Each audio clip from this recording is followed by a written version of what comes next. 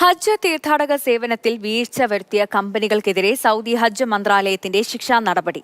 കമ്പനികളെ സസ്പെൻഡ് ചെയ്യുകയും പിഴയിടുകയും ചെയ്തിട്ടുണ്ട്.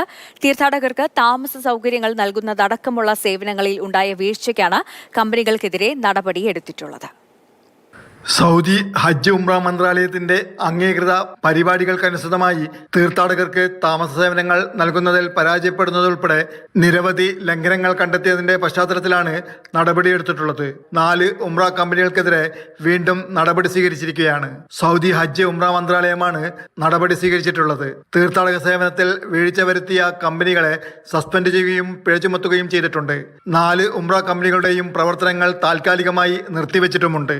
ഹാജിമാർക്ക് പൂർണ്ണ അവകാശങ്ങൾ ലഭിക്കുന്നുണ്ടെന്നും ഉയർന്ന ഗുണനിലവാരത്തിലുള്ള സേവനങ്ങൾ നൽകുന്നുണ്ടെന്നും ഉറപ്പുവരുത്തുന്നതിന്റെ ഭാഗമായാണ് മന്ത്രാലയം നടപടി സ്വീകരിച്ചിട്ടുള്ളത്. അംഗീകൃത ചട്ടങ്ങളും നിർദ്ദേശങ്ങളും പൂർണ്ണമായും പാലിക്കുവാനും നിർദ്ദിഷ്ട ഷെഡ്യൂളുകൾക്കനുസൃതമായി സേവനങ്ങൾ നൽകുവാനും എല്ലാ ഉംറ കമ്പനികളോടും സ്ഥാപനങ്ങളോടും ആവശ്യപ്പെട്ടു. സൗദി വിഷൻ 2030 ഭാഗമായി ഹജ്ജിനും മദീന സിയാറത്തിനും എത്തുന്നവർക്കുള്ള സേവനം ഉംറ കമ്പനികളും സ്ഥാപനങ്ങളും കരാർ പ്രകാരം പൂർണ്ണമായും പാലിക്കുന്നുണ്ടെന്ന് മന്ത്രാലയം നിരീക്ഷിക്കുന്നുണ്ട്. Jafar Ali Palakkot, Mathrubhumi news, Jeddah.